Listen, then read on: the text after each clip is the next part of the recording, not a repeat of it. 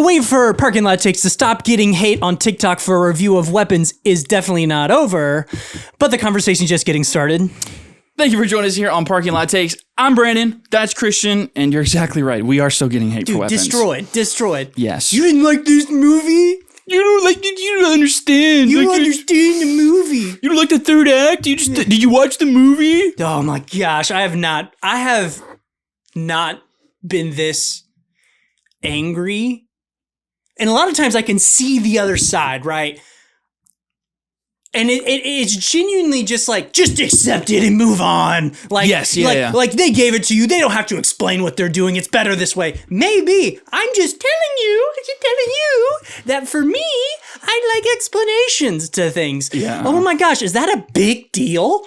They're like, no, you just want to be spoon-fed. You want exposition dumps, don't you? Dude, I would love me going, or you going, either of us going, I would just love a little bit of extra explanations, maybe a little bit extra explanation, maybe showing, you just want to be spoon-fed, everything just shoved down, you want me to just molest the back of your throat with this spoon, I'm spoon-feeding you all this exposition. Yo, just shut up. Holy crap. I'm so over it. Holy cow. I have a question, but first of all, have you looked at the comments on that one, the Gladys bit on the Gladys clip? Yeah. Have you seen a good explanation? No. They're just like, either. I didn't need to see that. Yeah. Why do I want to see that? We don't need to see that. Yeah. Why? I'll wait. Well, what's my favorite part? My favorite part in that clip, I'm like, why would you send Alex to school? And I say, you don't have to put him under control because you have the puppet strings on him from his parents. Yes. You know what half of the 100 of those comments are? Well, he can't be under control because he's got to feed people. Watch the video, morons. Holy cow, because I said that. Didn't I say that? Here's my favorite one. You want to hear my favorite one? This guy said, I love when midwits try to point out plot holes in a movie that aren't there. These guys are absolute losers and suck at film analysis. If she listen. If she did, this is how much of a moron this guy is. And if I clip this out, crazy. I will reply to the name to his reply to him, and I'll put his name up there. His response: he goes, you're losers and you're dumb. If she doesn't send him to school, the cops would go to their house. Hey, freaking idiot! Hey, moron! I watched the movie more than you did because the cops went to the house. Yes. They explained that. Yes. You moron. That's crazy. Hey, why don't you open your eyes and instead of going to the bathroom, hold your pee-pee like a man and watch the entire movie before you attack someone you don't even know what the frick you're talking about. That's wild. Are you kidding me? The cops went to the house. And this whole idea that they would be more of a suspect if they were victims, are y'all on crack? What the heck? 100%, you get looked at closer if you're a potential suspect than you are a victim. If there are if there are 17 other families who are missing their kids, but one is still there. But one is still there. That suspect number one. Yes, exactly. The fact that people are like, oh, if he disappeared with everyone else, they wouldn't be able to fool the cops. Are you kidding me? If they can fool the cops when they're the only suspects, clearly, then they can fool the cops as victims. Is that an insane concept? Is that crazy? Oh my gosh. And it just comes down to whether that bothers you or not. We have a podcast. Yeah, we're going to talk about it and be honest about our feelings. Why don't y'all shut the frick up and just say, that doesn't bother me. Good night alive. Wow. You don't have a good explanation because there's not one. Nope. You know what my favorite one was? But we're losers. You know what my favorite one was? Mm-hmm. Alex has to go get soup.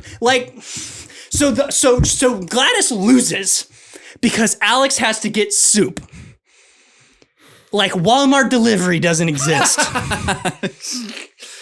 We don't have DoorDash these days. Brother, she's Uber whipping Eats? that minivan all around town. She can't go get soup? It's like would you say, like a month and a week? Probably. Yeah, a month and a week. Yeah, you can't make 2 grocery runs? No, come on, dude. Shut up. Just shut up, guys. That's just bull crap. Bull crap. Yeah. bullcrap. I liked the movie. I really did. I enjoyed it. But I did bother that she sent Alex to school. Like, you're way less obvious if you act like a victim. And to be like, well, what about the parents? Like, they already talked to the parents. If the excuse the parents are talking is a stroke, that would still work. Still would work, if you're a victim. Absolutely. Some guy went, yeah, but some guy commented, how long do you think strokes last? Oh, sometimes forever. Oh my God. Sometimes forever. Yes. Sometimes people have strokes and they never come back from it. That's awful. Like, how do you not know? That's just... Like, that tells me you were just blindly saying crap. Exactly. You aren't thinking critically, and you're not trying to come up with a response, so you're being so emotional that you're just attacking Logic us, goes out of the window. and you're just, like, saying things that completely contradict what happened in the movie. Like, the cops would go to their house. They already did that. They already did that. And it's just plain and simple. If Alex goes missing...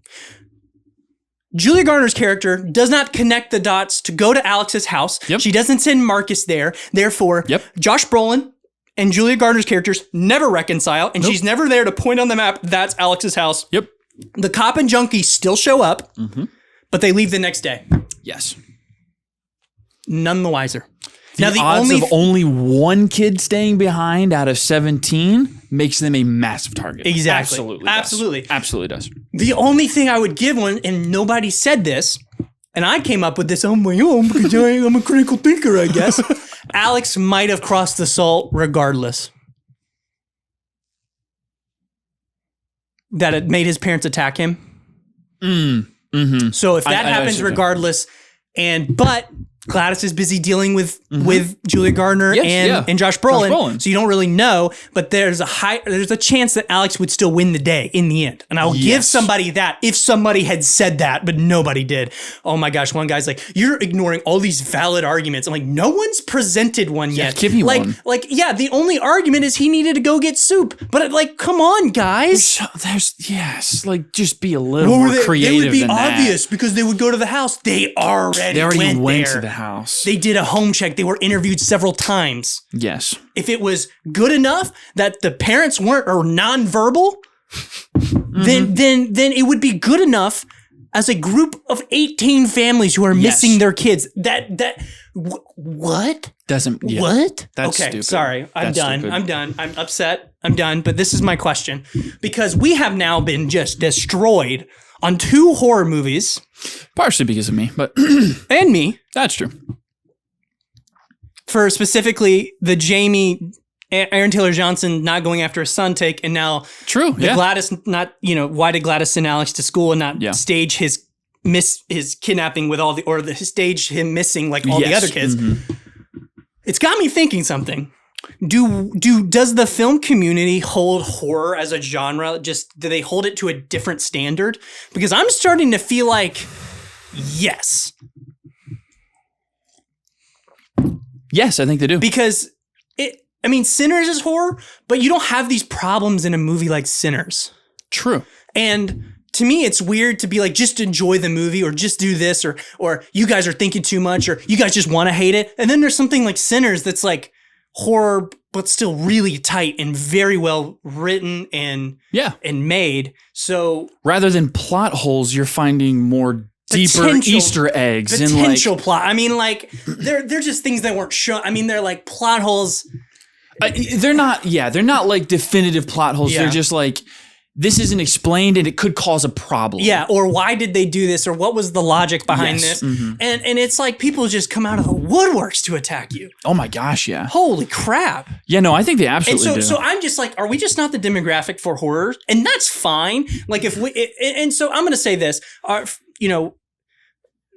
friends of ours, Alex and Andrew from Escape Pod, when they compared weapons, and I thought this was totally fair, they compared it to like The Conjuring, those other big blockbuster, or The Nun, those other big blockbuster horror movies. And that put this way more into perspective for me, where I was like, oh, you're not even like really comparing it to Sinners. Or you're not even really, you're not really comparing it to Sinners. Yes. You're comparing it to these these slop, big budget horror movies, then yes, I get it. Like, okay, in this context, I'm grasping it. But when I put it up against, Sinners or something like Good Will Hunting or Interstellar or Inception, which is how I felt like people just were talking about it. Yeah. It's totally different. But in that context, I totally see what they're saying. And I'm like, that makes so much more sense. Absolutely.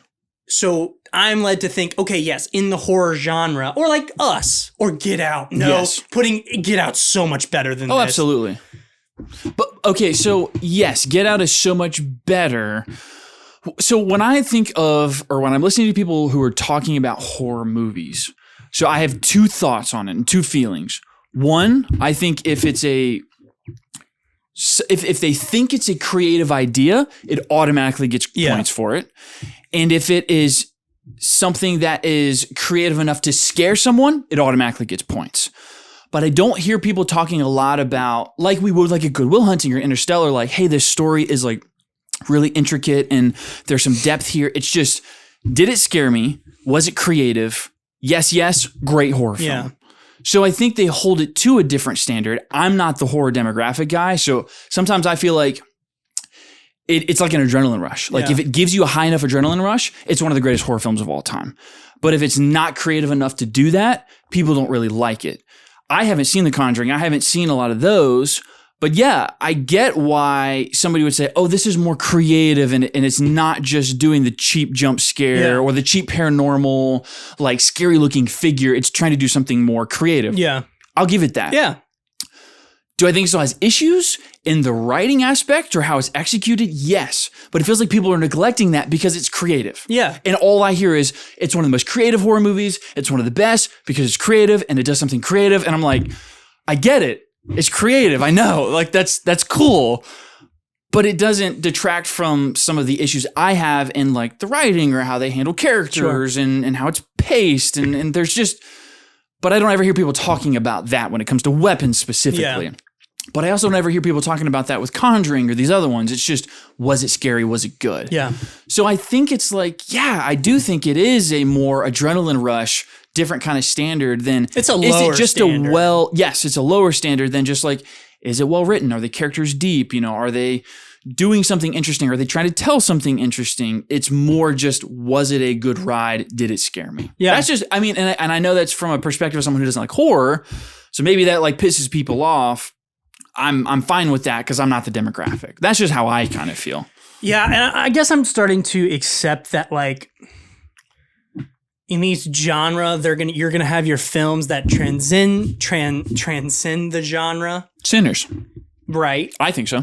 And then you're gonna have movies that are good in just specifically that genre, right? Yes. So, like, my thought, Warfare. Yes, but my thought more goes to animation. You have your How to Train Your Dragon, which transcends movies, and you have your Spider-Verse that transcends all of movies. That's just amazing. But then you also have your, like, I mean, we're not necessarily your Megaminds who are like, they're good and it's fun. Have you seen Mitchell versus the Machines? Yeah, good, great, fun. Doesn't transcend outside the animation genre, like an Into or a Cross, but it's or a great. How to Train Your Dragon. But it's still great. Yes, and that's kind of how I'm starting to feel about Weapons, where I don't think Weapons is going to transcend the horror genre in terms of like break out into all these other genres and get talked about like Sinners is. Sinners is it's going to be talked about for the next forever. Breaks out into, it's now in the greatest films of the last, in my opinion, the last 5 years, not decade, because you're putting everywhere. I think it's one of into there, but it's maybe not there. The greatest, but one of the greatest in the last 10 years. Yeah, absolutely. But in the last 5 years, easily.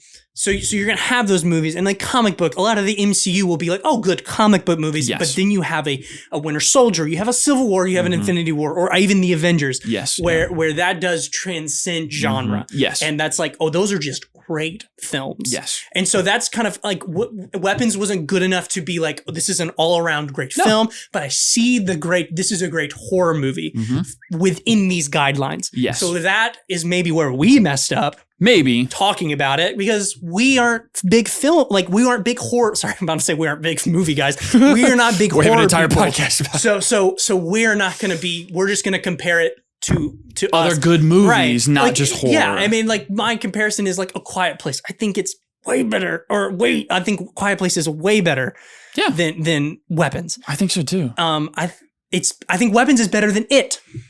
Really? I will say that. So I haven't seen it, so I don't know. But it's more. That's interesting. So it is. You really like it. I do, and I like Weapons about the same. And Okay. so I think it's just as good. Just a little better, yeah. Yeah. So that's maybe where we messed up in our review. Maybe. But that being said, I mean, I just think the next big horror movie in 3 months is going to come around and people are going to forget Weapons happened.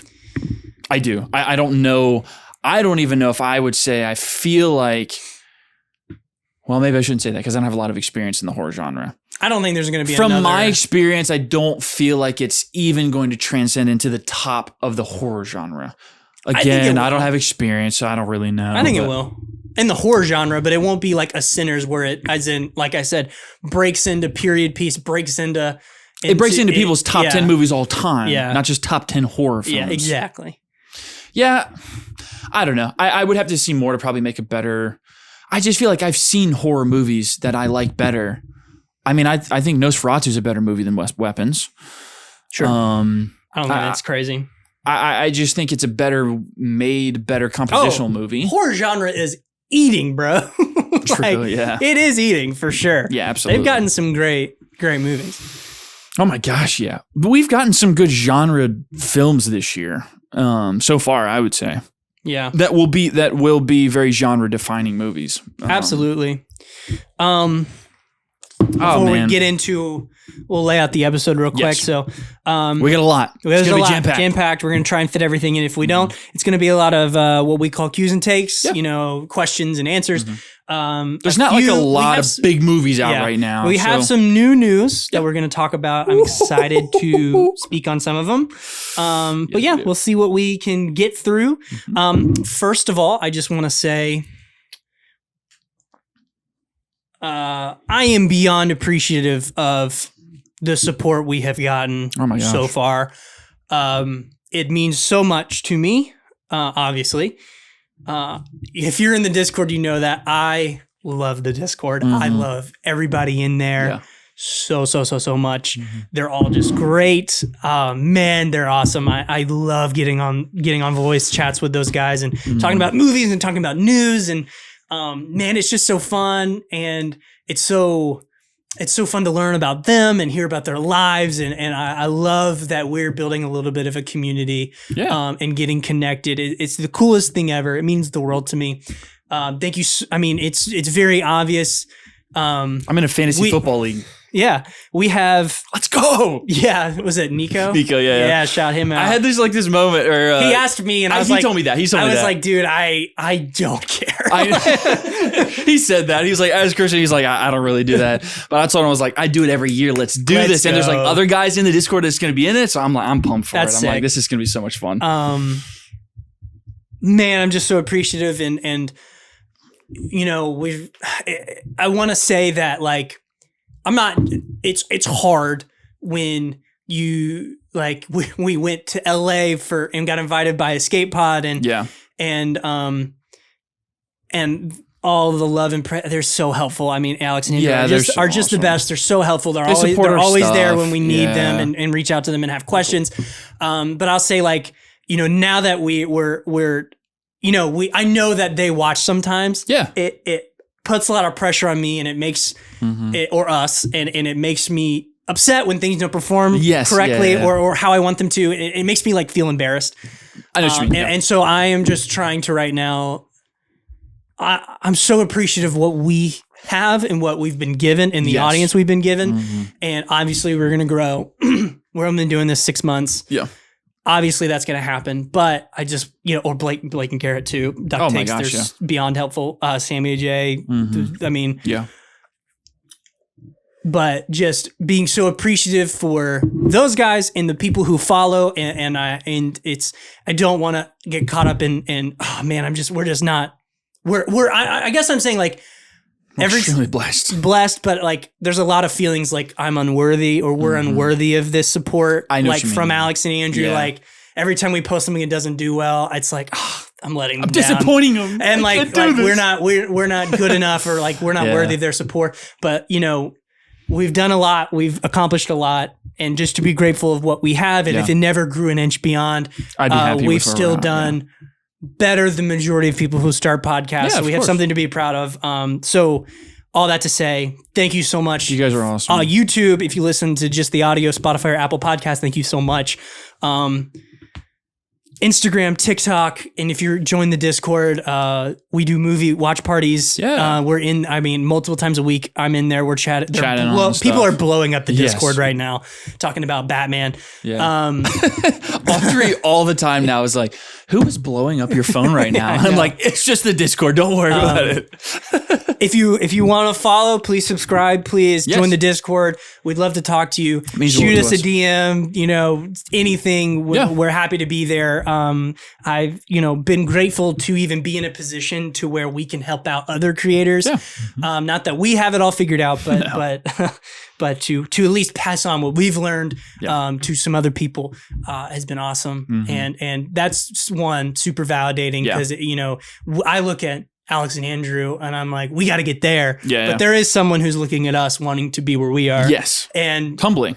Yes. And be like, very cool. Really appreciate what we've been given. Appreciate the audience that we have. Yeah. So I just want to say thank you so much again. That means the world.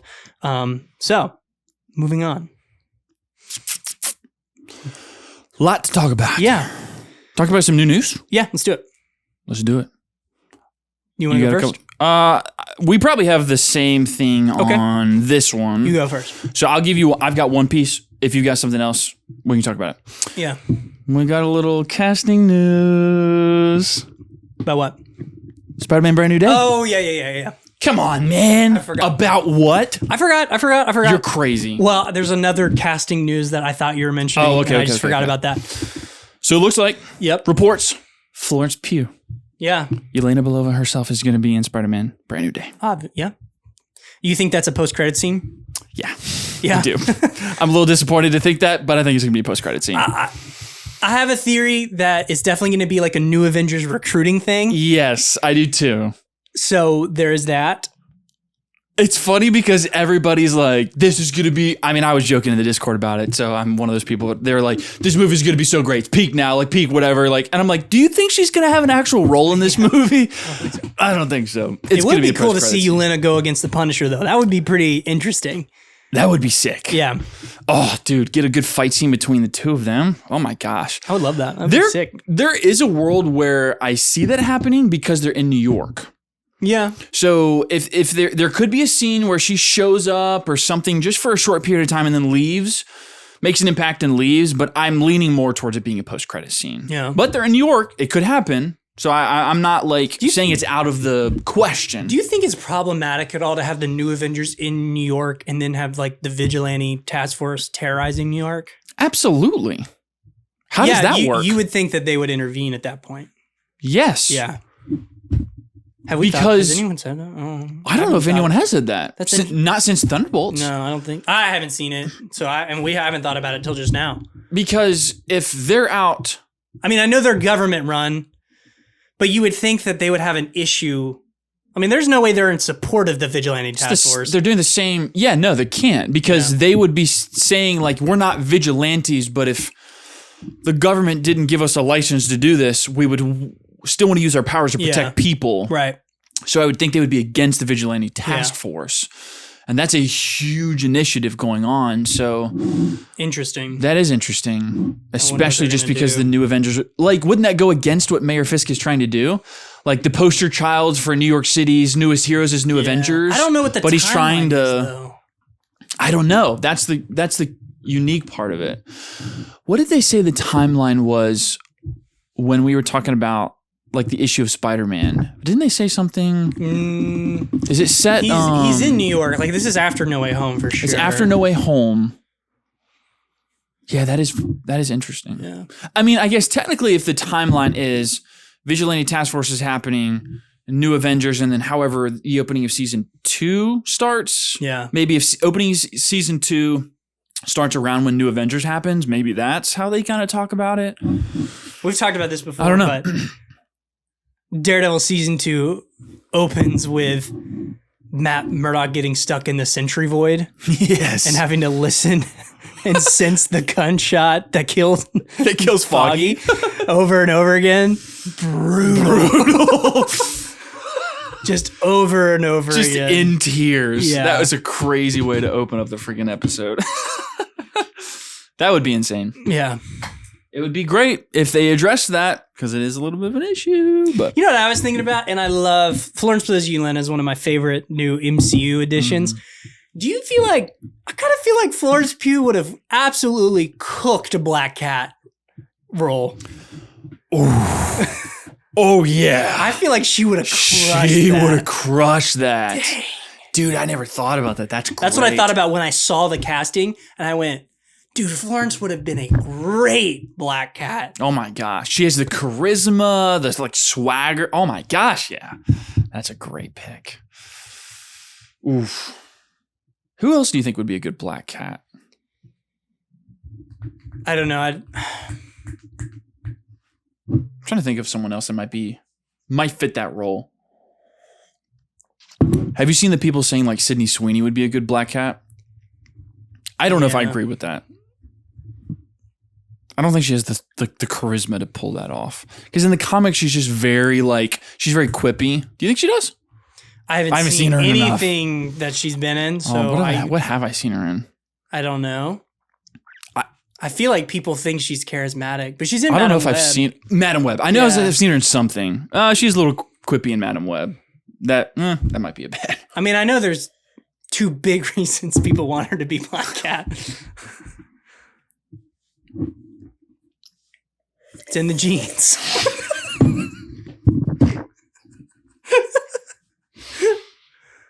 Great genes, right? That's what they say. Yeah. But yeah, I don't see it. I'm not on the. Yeah, I'm not either. I'm not on that bandwagon. That's right. I have seen her in Madam Web. I was like, I don't think I've actually seen her in any movies. I've just seen that fan casting around. Gosh, dang it. It wouldn't have been a big enough role for Florence Pugh. Black Cat probably. Yeah. But I think she would have crushed it. I think it could have been. It could have been. If they made Black Yelena Cat like is way more of a staple than Black Cat would be. So yeah. It probably would have been like a one movie role. Yeah. And phased out. So I'm glad that she's Yelena. Absolutely, she should be Yelena, but she would crush it. She would have crushed a Black Cat for sure. So did you see? I don't know if you saw this, but there's another casting. Yeah, from Severance.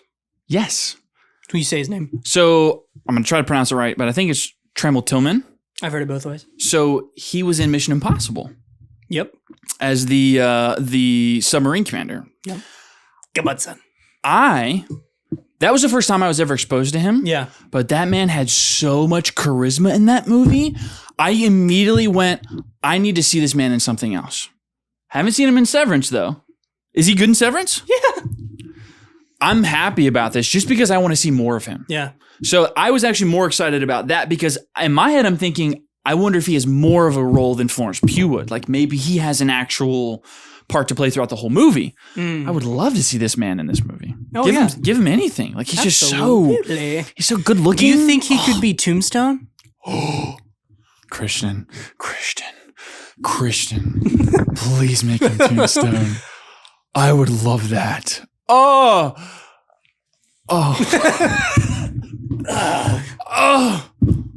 No, I'm not gonna. Don't assault the mic again. That would be amazing. Tombstone? That could be what it is. I would not be surprised if he's Tombstone. He would crush a Tombstone. That'd be a different role for him too. Yeah. But that would work. Just from the little bit that I've seen, he could do it subtle, and I think he could do it he could bring some presence. He could be stoic. That would be awesome.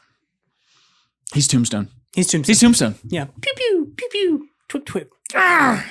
That makes me so much more excited if he is. Heck yeah. I love you. That was the only that was the new news that I had. I got some new news. I'm so freaking pumped. I'm so freaking pumped right now. Are you ready? Are you ready? I wonder if I've seen this. I don't know. I'm ready. I'm so ready. Okay. Elijah Wood and Sir Ian McKellen confirmed for Hunt of Gollum, Lord of the Rings movie. Really? They're coming back. Lord of the Rings fans unite. We are about to eat once again. Wow. Oh, yes. When is that coming out? I don't know. Let me look it up. Christian, is this one of your other rumored to happen, or is this confirmed? This is confirmed, and I checked, and we don't need another one of those situations it's on our hand. 2027. Yeah, just coming out 2027, and Andy Serkis is the director. Oh, dude, let's go! Oh, yes, we're eating again. Oh, we're eating again. More Lord of the Rings. More Lord of the Rings. That's not Rings of Power. Well, Rings of Power season 2 is good. 1 is not.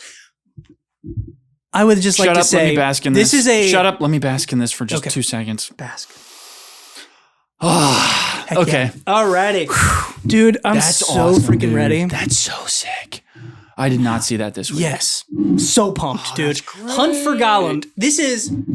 Where's this? This is a great movie idea. I mean, this is so good. This is set during Fellowship of the Ring, and it's in between when basically Frodo receives the ring from Bilbo, and then when Gandalf comes back, is it secret, is it safe, and takes wait. It's frick. Wait, hang on. It's within Fellowship? No, okay, sorry. Or is it between movies? So it takes place within Fellowship, because there's like in the books there's a big gap between Gandalf leaving when he leaves, and basically Frodo gets the ring. Yes. And then when he comes back after researching the ring, and he remembers, he says, I looked for the creature and I couldn't creature Gollum and I couldn't find him. So this is what this is. So in this story, spoilers for Hunt of Gollum, I guess, Aragorn and Gandalf go and find Gollum and question him, and that's how they find out that he gave up Frodo's. They gave up Baggins to Sauron, and that's how they know the Nazgul are coming. There's a whole thing here about finding Gollum, and they do it in Mirkwood. So Legolas is a part of this story. Aragorn's a part of this story. Gandalf's a part of this story. It's it's a great chunk of story, and it's totally movie worthy. And basically, they will have him prisoner, and then he will escape.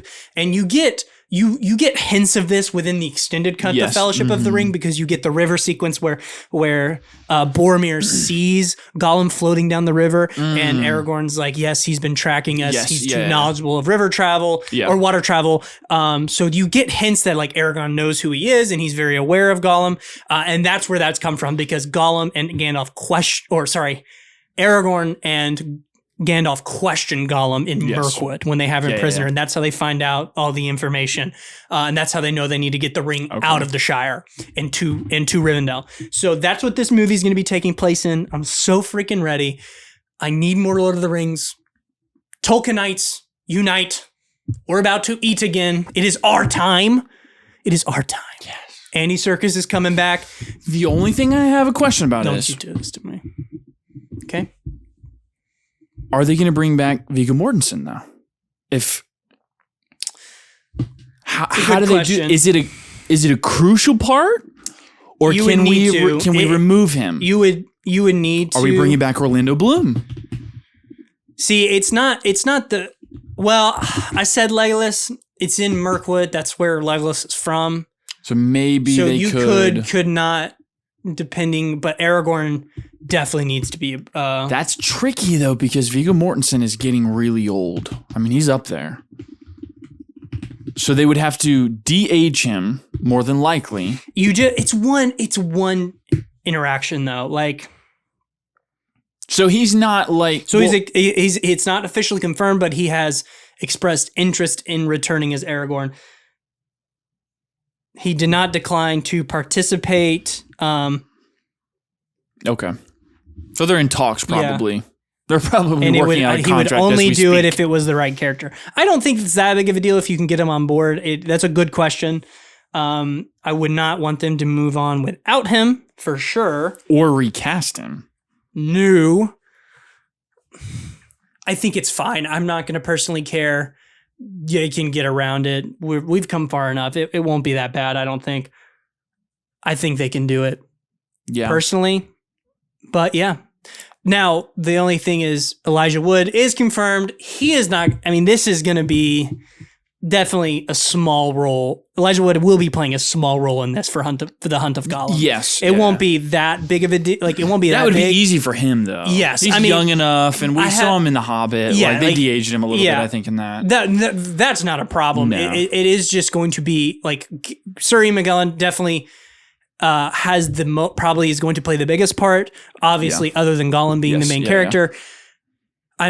I think that you have some opportunity. Maybe you do the escape of Mirkwood and you kind of combine it into, my theory is will be that the movie will end with Gollum entering the mines of Moria. That's kind of my proposed theory that I think they're going to do. With that, you do have some potential for some scenes of Gollum stalking Frodo a little bit more closely. You have some scenes of maybe them almost interacting, maybe him coming up to him, sleeping, stuff like that, just to kind of a different perspective. Just adds perspective on events that we know would happen. That's kind of my theory, because then we can kind of right there is the beginning of his story within Fellowship. So that's the kind of the part you need to fill in. Yeah. You could do what he experiences in the mines, and you could do the a little bit more into Two Towers. I don't think you need to, though. I think it's pretty obvious that he's just following them from afar. But yeah, so that's kind of my theory, is that it'll end with entering Moria, then following them into Moria. So with that being said, you probably get some more Fellowship. Yeah. I mean, Ian McKellen, Elijah Wood, Frodo, Sean Austin, and the guys who played Merry and Pippin. We're all doing a photo shoot. I think they're all probably going to be a part of it. I'm super excited, though. I'm ready. If they do it from like you're getting a different perspective, dude, we're going to get a glorious like 5.5, 6 hour edit of the Fellowship of the Rings and this one together, leading into Two Towers. Oh my gosh, dude. Heck yeah. Oh, that's so great. Fellowship of the Ring 1.2. 1.2. 1.5. That being some said, great news. That'll make your week. Yes, I'm so ready. Give it to me now. You really want I am more excited about this more so than I am than Star Wars. Starfighter, personally. But that being said, I'm more just curious about Starfighter. I'm not like the most optimistic. I'm more just curious because it's going to be kind of a fresh idea. Yeah. It's not a continuation per se. It's going to be its own thing. And I like the idea of that, but I'm not like the most hyped for it. Like this is the next, movie in a saga, or this is a character that I really love and I'm excited to see them. It's just like, let's see how this works out. Lord of the Rings, though, because it's kind of within the saga, like I want to see more from it. You know what I mean? Like I want to see more story. So that I would be more excited for this one, I would say. Sweet. That being said, I guess this is my Lord of the Rings hot take, or Tolkien hot take. Mm-hmm. The Hobbit movies are good. Frick off, you people who do not like the Hobbit movies.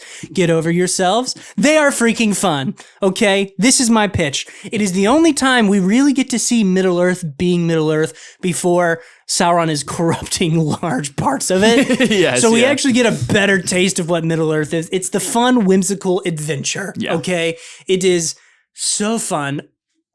Unexpected Journey. Mm-hmm. Unexpected Journey is fantastic. Oh, it's so fun. My gosh. It's so good. Delightful. It's great. Mm-hmm. People like to complain about the Desolation of Smaug.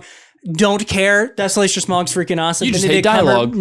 Benedict Cumberbatch's performance easily brings that movie up. Smaug throughout the whole movie is great. I will validate Battle of Five Armies is overly stretched out. That it is a few chapters of a book, and it is so stretched out and elongated far beyond what it needs to be. But what are you going to do? Yeah. What are you going to do? Mm-hmm. Because I don't think you can do this movie in one, and I don't really feel like you should do it in two, because I do think Unexpected Journey is paced pretty well. Pretty well, yeah. Desolation Smog has moments where it's drawn out like Mirkwood, but I don't really care. And then everything within the Lonely Mountain is great. Yes. So I don't know where this idea is like, oh, it should have been two movies. How? What would you cut? Obviously, other than Desolation of Smaug, there's Thorin's descent into the madness in Battle of Five Armies is interesting and compelling. You need time to cook You need time to do that, yeah. You need time to do that, and you need time to watch him turn against Bilbo. It's more of probably the Lake Town stuff that I just is not that interesting with I can with see, Bod. yeah. It's not the best for sure. But even if you shave off some of that, though, I don't know if you can condense it into two. Here's what you would have to shave off in order to follow the book. You have to get rid of all the necromancer stuff. Yeah. And you shouldn't, because the necromancer stuff in The Hobbit is one of the greatest inclusions and greatest ideas, and is a genius decision from Peter Jackson in terms of adapting a book to a movie, because it builds out that entire franchise way better. You get in the Fellowship, you get acknowledgement that that's going on during The Hobbit, during the company's trip to the Lonely Mountain, but it's nowhere in The Hobbit. So actually including it within the Hobbit story, building it out, giving reference to where Gandalf is going throughout the movie is genius. And continuity. And it's great, and I love it. And the fact that we get that little Sauron taste now, big continuity problem here. Galadriel. Yes. That's not good. That's bad, because that is just a vision of what she would be like with the ring in the Fellowship. Yes. Makes no sense within the context of this movie. It's just mainly just a vision of what she would be like if she took the ring. Yes. So that makes no sense. But otherwise, I love the mystery. Yeah. And I love the necromancer inclusion, and it's great, and people don't give it enough praise. Yes, yeah. And it's a genius decision on Peter Jackson to combine it and further connect it to Lord of the Rings in a major way, because that stuff is going on during the same time. Giving Azog more of a role, because he's not really in it at all, I think is fine. It's not a big deal. Yeah. It's just great. They execute him well enough that I think it serves completely fine that they give him a lot more. Yeah. Of a role across the movie, and so you get it's fine. In the extended cuts, you also get more. Have you seen the Hobbit extended cuts? I don't know if I've seen the Hobbit extended cuts. No, I've definitely seen Lord of the Rings. Small one's a big deal, because you get an entire plot point. I won't spoil it for you in case you ever watch it, but you get an entire plot point included within it that they set up at the beginning of the movie that actually pays off in a lot of extra scenes. Gotcha. So it's very good, and it's definitely worth watching. Yeah. Yeah, I'll have to watch that. Yeah, I've seen the Lord of the Rings, but I don't think I've seen the Hobbit ones, actually. I don't... It's not a hot take for me, because I like them too. Yeah. I hear a lot of hate about the second one, and I really like the second one. I'm a Tolkien purist, and I'm just saying, as a Tolkien purist, I've read the books. I'm aware of the Silmarillion. I've read it. Yeah. Hobbit is my favorite in number one read book I've ever read. I've read that book the most out of anything. I love Lord of the Rings. That's also like... I prefaced this in our weapons review. Hey, I like lore. Well, you just want to be spoon-fed everything. My favorite franchise is Lord of the Rings. I like the fact that if I want to know where the dwarves came from, I can go get a separate book and find it upon their creation, how they were created and why. Like, that's, come on. That's what I said that I liked that, and that's what I would prefer that, and everyone just freaked the frick out. Golly, you just don't have the headspace. You don't have the headspace to enjoy Lord of the Rings. That's my opinion. All right, moving on. Yeah, that's... Real quick. I love it. If you had a lantern ring, which finger would you wear it on? Would you be a pointer or would you be a middle finger? I'd be a pointer. Pointer finger? I just feel like it's got a lot of... It's weird for me to be on the outside of the fist. I don't know. Like, I feel like I'd feel more secure in the middle, where it's like more in a grip, and you've got, because then it won't rotate out like that. You know, you can kind of course correct it in the middle. Obviously, it's probably going to be pointing like I'm. Yeah, but you'd be pointing too. You know, like. Would you right or left hand? I mean, I would do right hand probably. Right hand, yeah. I'm gonna give it a good punch. Yeah. Be a middle finger guy. You're a middle finger guy. Is that you really? Yeah. Talk about details that don't matter. It stands out to me so much in Lord of the Rings and in The Hobbit that Frodo wears the ring on his pointer. Yes. And Bilbo wears it on his middle finger. I think that's right. Is that right? What finger does Gollum bite off? I think it's the pointer. It's his pointer finger. Yeah. It's the pointer finger. Unless I'm crazy. It is the pointer finger. Yep. Yeah, it's a pointer finger. Yeah. So Bilbo wears it on the middle finger and Frodo wears it on the pointer. I don't know why that stands out to me so much, but I notice it every time. One of those like it doesn't matter. Clearly, it works the same. Yeah. But funny to me. Or I could wear it on my wedding ring finger. Oh, I have one more new news. Yeah. Lego Batman games. Yes. Oh. Dude. Okay. Did you have the same thought as me? I kind of felt like this is just an Arkham game, but Lego. It's a skinned Arkham game Lego. Who the frick cares? That's what I thought too. I had a Nobody moment, cares. I was like, oh, this is just an Arkham game, skinned Lego. And then I went, but I'm so here for it. Absolutely. I could not care I'm less. down for the Skywalker saga version of Lego Batman. Yes. Hands down. Yes, absolutely. I do have one request for the Lego Batman game. Okay. Freaking multiplayer. Yes. As in, like true multiplayer, not co-op. Not co-op, yeah. Multiplayer. What do you call that? Online multiplayer. Online multiplayer. That's my request. Yeah. What a miss not to do that in Lego Star Wars. Are you freaking kidding me? Yeah, come on. Oh my gosh. Yes, Lego Batman, we need online multiplayer. I grew up playing that game with my brother. It's so fun. We don't live in the same state anymore. I would like to continue to play Lego Batman with my brother. Is that a big ask? Make it online compatible for multiplayer, please. Yeah. It's a demand. I'm demanding it. I need it now. There's Skywalker Saga should have had it, and it really didn't, and it's so annoying. It really should have. Because the split screen is annoying as crap because it's not dynamic. So it's split screen no matter what. Bugs the crap out of me. Yeah. Oh, we need that. It's going to be so fun, though. Absolutely. It looks great. Now, do you prefer Lego games when they didn't talk? Or do you like it that they have voice acting and they talk? Ooh. So I have something specific here. I don't mind it in Skywalker Saga because it's a lot of Clone Wars voice actors. Yes. So it's not the biggest deal to me because it's still reminiscent. It's nostalgic. Feels like the Clone Wars. I love it. I really enjoyed Matt Lantner being back as Anakin. Like that was so fun. Yeah. I love that. I don't like it for Batman. Yeah.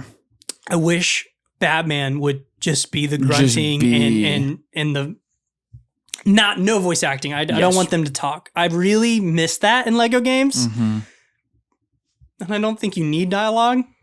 No, because they do the Lego games so well. Yeah. Just visually, and it also leans into like some of the gimmicky fun of it. You know what I'm saying? Absolutely. Like they show what's happening or they're emoting what's happening. And like I don't need the dialogue to know what's happening in those older Lego games. So I would probably prefer it without it just because I think it would maintain that feel that I loved from the games. Yeah. So they could give it the setting where you can turn that off and it can just be grunts. It's not a big deal to me. I think it's fine in Star Wars. Like I didn't necessarily like it didn't bother me, but I would probably prefer it without it just because it's just like I said, they lean into the fun of it not being dialogue and being it more let me show you and do goofy things. Yeah. Like I like that.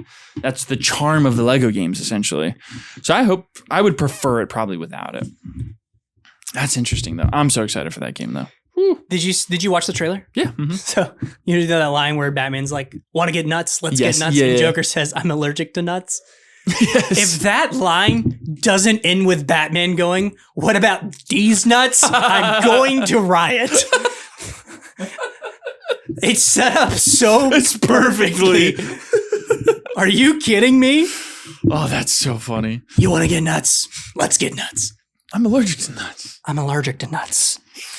What about these nuts? What about these nuts? I'm Batman. I'm afraid of bats. Like the college humor Batman. Yes, yeah.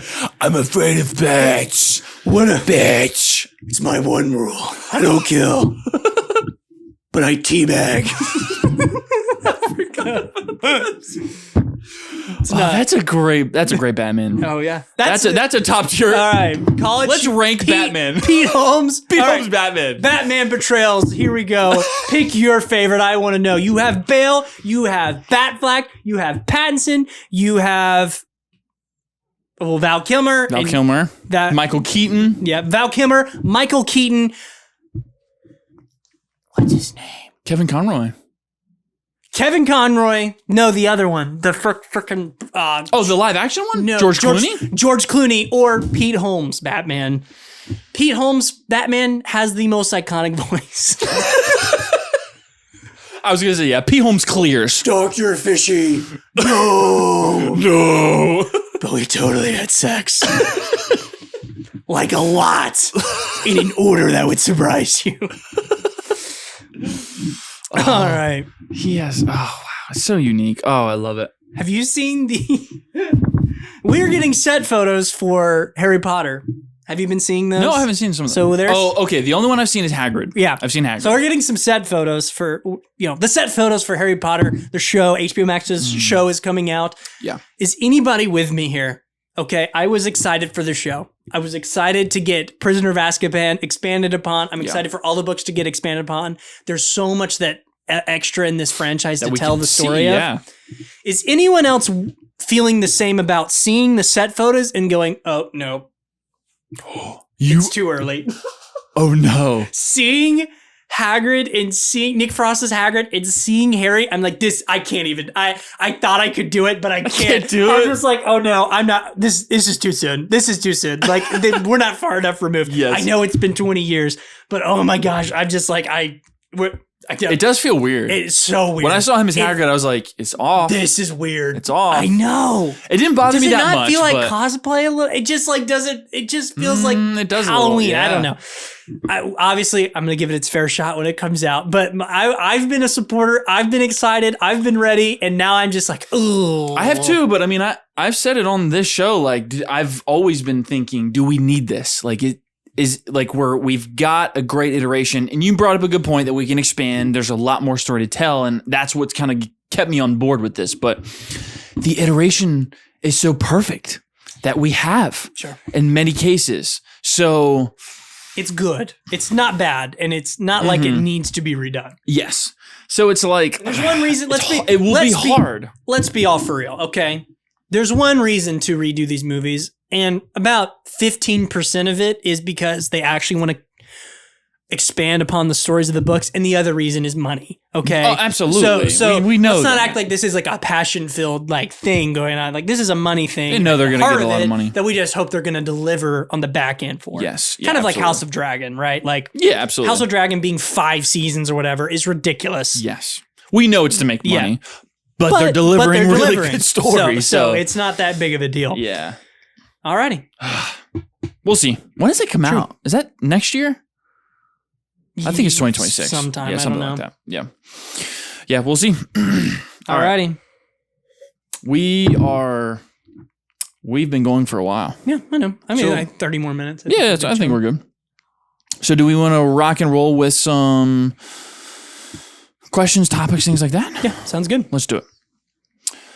Did you have any, before we get into some fan questions, did you have any off the rip that you wanted to throw out there? I've got a big one. Okay. Have you seen the Nightwing being uncastable stuff that's been going around? No. A lot of people are saying like Nightwing's uncastable. Uncastable? Because of how big, like no one's going to be good enough to be Nightwing. Oh, that's an interesting point. You agree or disagree? No, I think it's kind of a true statement. I think it's going to be really... Dang. That's tricky. Like it's tricky because, okay, 2 sides of this. 1, I agree. Yes, he's big enough. It's going to be really hard to do that. But 2, I think if we can do Batman, we can do Nightwing. No, he transcends Batman. We haven't seen him before. It needs to be perfect. We kind of have seen him, though, in the Titan show. I'm going to ignore that. No, I'm not saying it's a good iteration. I'm just saying we've seen... I know, but there's probably not... The point is, there's probably not one actor that they could cast and everyone together is going to be like, oh, that's my Nightwing. Yes. Like the fan castings aren't good. You know what the fan castings are? Yeah, it's like the guy Dylan from Maze O'Brien. Runner. Yes. Timothy Chalamet. Please no. What? Please no. No, it needs to be. So my vote here is go no name. Let him cut his teeth on Nightwing. Mm-hmm. Okay. But this is going into my question because people want to say he's uncastable.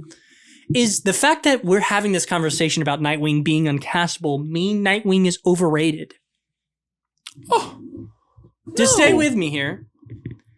But like, You just asked me if he's overrated. no, in a sense that like we hold him to such a like special standard that people don't feel like he's castable. Like, does that mean like, all right, we not need to chill out a little bit as a fan base? Because if people are just like, there's no one going to be good no one's going to be good enough. No one's going to be perfect enough. You know, that means people just won't like it off the rip. Yeah. Regardless of how well he when does. we cast, they're going to be like, yeah, he's just not good enough. Yeah. And that's a shame because we really do need to give someone a shot. I love Nightwing. He's not overrated. He's a great character. Do not get me He's a wrong. great character, yes. Yeah. The fact that people are having this conversation that he's uncastable has got me like, is he overrated? Dang. I mean, he's arguably, outside of the Joker, the second biggest character in the Bat family. And a character that has transcended into DC Comics as far as Titans and Justice League and all, like, so he is a really big character.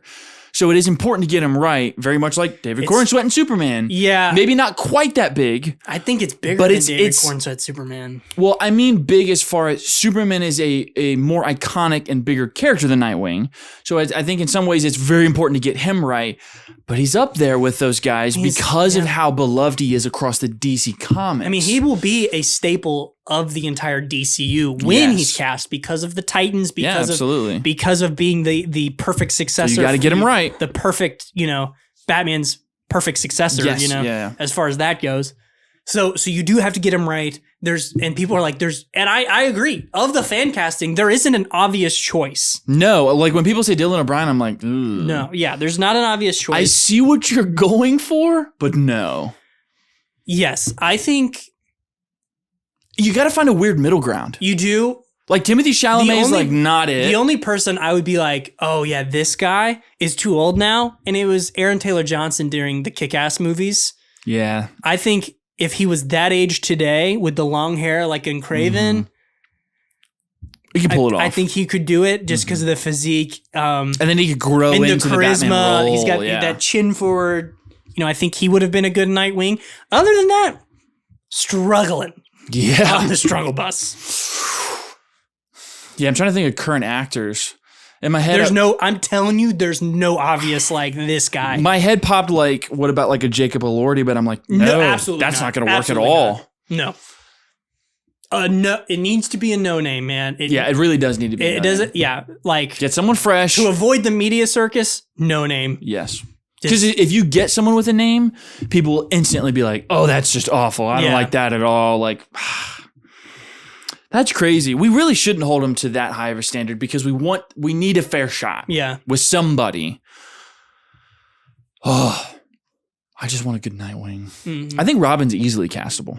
Absolutely. I think because there's so many iterations, you can do different things. Like I think you can. Damian will not be as hard to cast as Nightwing will. No, obviously, we're starting with Damian as Robin, so Nightwing will already be present. Existing, yes. So we don't have the problem of necessarily having to cast a kid to become Nightwing. Mm-hmm. That's not like an issue. Yes, yeah. Could be in the Batman, but I don't know how far the Batman will go with the DCU and how long it's going to be going, essentially. Yes, yeah. So yeah, that's one of the. So to answer that, that's going to break the internet when that happens, though. Absolutely. Nightwing being overrated, though, it's tough. I don't know that I have an answer. I'm like essentially no. It's like he's worth it. He's worth all the hype. He's awesome. He's worth the hype because of how. But the fact that I agree that he's not castable is kind of like yeah. Maybe we are doing maybe this like where he's not flawed enough or like the comics have overdone him to where we like hold him to this such a. Now he hasn't been done. There have been. This is a good argument. He's just so cool. We only have one true iteration, and it is what it is. And he did a fine job. Like it's not like this is Nightwing, right? We've had so many Batmans, we've had so many Supermans, and we've had so many Spider-Mans, and that it is getting to that point. Yeah. So I don't know. It kind of feels like the Wolverine a little bit, where there's no obvious choice other than Hugh Jackman. Yes. You know what I mean? So there's characters that you could maybe see, but it's not like that's the one. Yeah. Yeah. And rarely they cast the obvious. True. Yeah. Right. But to say that there's not. Yes. You know. Yeah. Oh man, I'm so excited for some Nightwing though. Okay. Yeah. All right. Did you have any other? I have got a more, but couple. do you want to bounce back and forth? Let me give you a couple. All right, so I've got 3 questions. I'm going to walk through them rapid fire. Cool. It's going to be this or this. I want you to just quick react. Quick react, and then you can give me a little reason why. This okay? or that reacts. This or that reaction. Mm-hmm. Great podcast, by the way. We're not at all stealing that. All right, you ready? Yep. All right. Directors. Key. Denis Villeneuve or Peter Jackson? What is it? Just picking one? Just pick one. In what terms? So What are the terms? Set the terms now. terms are better director. I gave you a hard one off the rip. Well, what do we want to? Who is a better director and has the better movies? Denis Villeneuve or Peter Jackson? Oh. I have an answer that I think would be controversial. So Go ahead. Rub that Fellowship of the Ring poster you got there. And then tell me what you really think. More wins, but I don't think he is going to have the impact. He has had the impact on the film industry that Peter Jackson has had.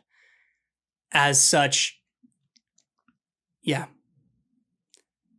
that's so hard. It is hard.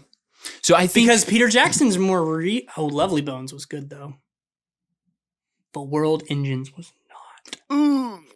World Engines was bad. yeah. But I almost want to blame that on the book.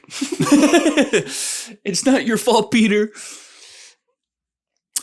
Peter Jackson. It's like people were going to point out the Hobbit movies, but I don't think like that's his fault. Really, I think he did the best he could. I haven't seen someone pitch out a different way to do the trilogy, the Hobbit trilogy, other than make it 2 movies. But I don't want to lose anything in the other 2, so I don't know how you would do that. So I kind of feel like, as far as stretching the Hobbit movie into 3 movies, he did the best he could. Dune does a lot for science fiction. So that's where it gets tricky for me, okay? Peter Jackson is iconic because of Lord of the Rings. That is a very high in film history that won't be touched. But it gets muddy because I say Denis Villeneuve has more great films, deep writing, interesting concepts. And Dune is where it gets tricky because I think Dune does something really special for the science fiction genre. I don't think it's as big as The Lord of the Rings does for the fantasy genre, but it's very, very close in my opinion, especially because he has a banger in Dune 1 and Dune Part 2. If he lands it with Dune Messiah or Dune Part 3, then we have a really incredible science fiction trilogy and we have a really incredible fantasy fiction trilogy. So it's tricky, but I think I give it to Denis Villeneuve just because he has more great movies. But Peter Jackson's going to be more iconic. Peter Jackson has has Denis Villeneuve. Yeah, Peter Jackson has more Oscar wins. Does he? Oh yeah, he does. Because Dune Part 2 didn't really get anything. Probably deserved it. Dune Part 1 did. I'm not saying he wasn't snubbed, but no, I know what you mean. I was thinking through. Has Denis Villeneuve won anything for other movies? I don't know. Yeah, you're right. He does have more Oscar wins. Well, it's confirmed. Peter Jackson. See, it's almost like putting him like in the. No, you can't even say that. It's like what's done more for science fiction, like Star Wars or Dune, in kind of. Because you're comparing someone as a launch point for a genre versus like the person who revitalized it. Yes. So it's weird. An adapted great fiction that's been around for a while. It would be like if so it's fun. If Game of Thrones was a movie series, yes, you would be easier to compare those two. Yes. I just think it's really fun to think about those two because both of them are adapting beloved fiction novels. Yeah. That's what's fun. Once we get Messiah, we'll be able to like put three against each other and be like, who's the better? You know what I mean? That's fun.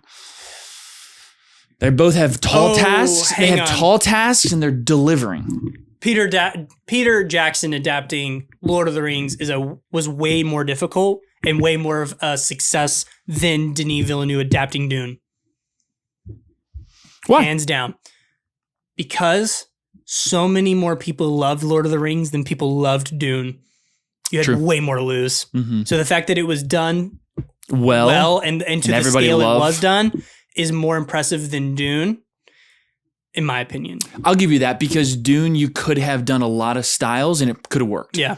Denis Villeneuve did his style and it just turned out incredible. But you probably could have put another director in that seat, done their style, and it still would have executed it well. Yeah. I don't know if you could have with Lord of the Rings. Yeah, so I'll go Peter. The most impressive feat is Peter Jackson's Lord of the Rings trilogy. So you're going to go Peter Jackson. I'll go Peter Jackson, but That's fair. today is a different story. But if we're just comparing the feats, Peter Jackson. Peter Jackson. But who's the best working today would be Denis. Well, yes. Yeah. Okay. It is more of an all-time, Okay. up to this point, what is that? Now, whatever he does with Bond, we'll see. That could seal the deal. Yeah. Another iconic franchise. Okay, I've got another one. Okay. There may be a caveat here. I don't know how experienced you are with both of these directors. David Fincher. Are you fairly experienced? Sure. I'll Google some stuff. Yeah. I know you've definitely seen some. Who is a better director? David Fincher or Martin Scorsese? Both of them have incredibly iconic films, which makes it really fun. Both are very film bro directors, are they not? David Fincher or Martin Scorsese?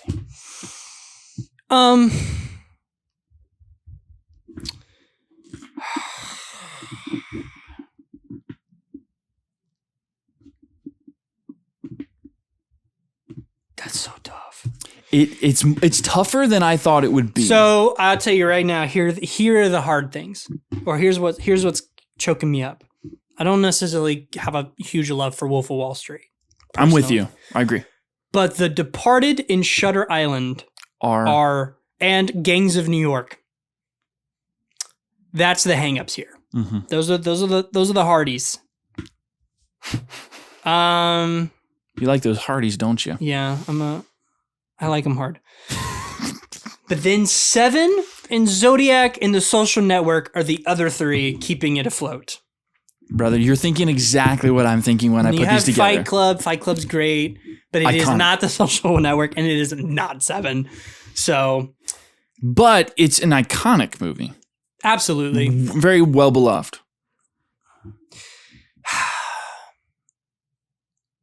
That's so hard. That's insane. How do I want... So here's what I would say. So I think Killer's good too. Mm-hmm. Gone Girl was good. Gone Girl's very good. Okay. I think he has more. I think Martin Scorsese's high beat David Fincher's highs, but David Fincher has more A-tier movies. More consistency, maybe? Yes. More like, not that it's Martin Scorsese's consistency is bad, but just more like Martin Scorsese's S tier transcends Fincher's S tier, Mm-hmm. but Fincher's A tier is better than Scorsese's A tier. A I tier, think. yeah. Mm-hmm. But I would probably. Oh, Seven is killing me. 7 is incredible. And Social Network is good. Yep, and Social Network's considered to be one of the greatest films ever made. So I mean, the Zodiac is tough for me. It's kind of on the back end of those, But it's really great. but it is really great. Mhm. But I definitely don't like Zodiac more than The Departed, more than Gangs of New York, and more than Shutter Island. So I will probably go Scorsese. Mm-hmm. but he has a better A tier. Does that analogy Absolutely. make sense at all? Oh, I 100% agree. Like his second tier movies are like super consistent. Martin Scorsese delivers S tier films. Yeah. And then his other films are high B's for me. Yeah. Fincher delivers Adventures of Cliff Booth. Mm-hmm. I think Fincher delivers a lot of A tier movies, but I don't know. The only S tier I think I would put in there is 7 for me. And so Social Network is definitely S tier. Yeah, Social Network's S tier. Zodiac, Scorsese has on Zodiac, but Scorsese has S tier from the 70s. He's got a lot of S tier. So I would give it to Scorsese, but it is a hard conversation because of how consistently good Fincher is. And even when he delivers something like The Killer, but I also think Scorsese delivered in Killers of the Flower Moon. It's definitely Scorsese. But it's Scorsese, especially if you start looking back. I mean, he's given us Casino, Raging Bull, Taxi Driver. He's got more, but Fincher's modern may be better than Scorsese's modern. Yeah. But Scorsese's classic is better than Fincher's. A lot of Fincher's modern is better than Killers of the Flower Moon. Absolutely. But Scorsese's classics are better than a lot of Fincher's modern. It's tough. That's a good one. Good question. Fun. All right, last one. The two Mac daddies. You ready? Steven Spielberg or Christopher Nolan? Who would I take in this scenario? Who would you take in this scenario? I mean,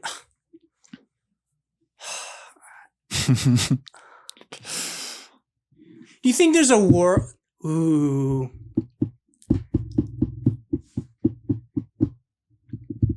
I think I might know where you're at. Three of Nolan's strongest movies, which is the Batman trilogy, are not holding up. Or not aging well. Yeah. True. In Indiana Jones, Jaws and Jurassic. No, Jurassic Park. Jurassic Park. Jaws and Jurassic Park. Indiana Jones. Hang on, let me get. I mean, hang on. Jaws. E.T. Are you kidding me right now? Like, it's not giving me the freaking movie list. Oh, it's not giving you like the full list of. No. I'm not even connected. Let me see. So it's a tricky. It is a tricky conversation. Just because in many cases Steven Spielberg has delivered. Here we go. Okay. Iconic classics. Sorry. Okay.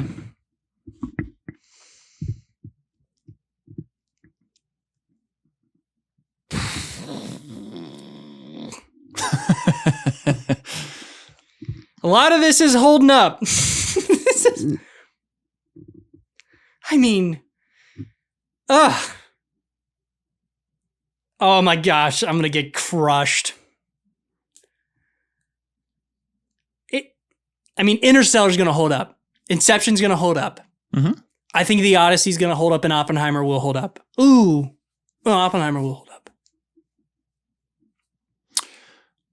What am I missing in here? I think The Dark Knight has not held up as well, but will continue to be one of the greatest. Yes.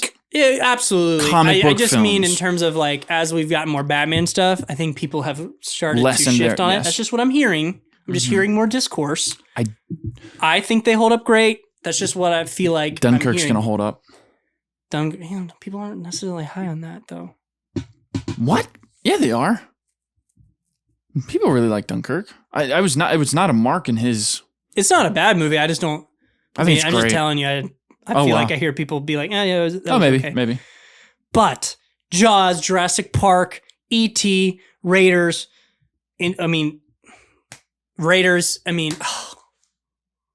Last Crusade, Ready Player One, Saving Private Ryan, Jurassic Park, Catch Me If You Can, Back to the Future, Goonies, Adventures of Tintin, which was so underrated. Tintin is so underrated, it's insane. So fun. Hook.